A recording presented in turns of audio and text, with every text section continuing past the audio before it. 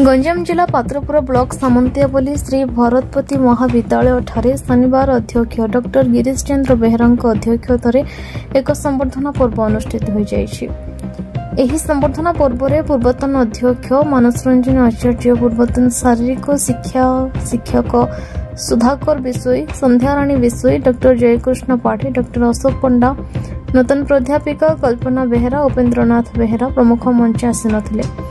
गत मे मास 31 तारिख में चाकरी अवसर नहीं श्री विशोई को पुष्पगुच्छ, उपढौकन, मानपत्र और पुरस्कार दे संबर्धना ज्ञापन कर मंचासीन अतिथि और महाविद्यालय कर्मचारी माने श्री विशोई सार को गुणगान करते। सेपरी नूतन भाव जोग देथिबा प्राध्यापिका कल्पना बेहरा को स्वागत कर अध्यापिका सुब्रता पाणिग्राही धन्यवाद ज्ञापन करते।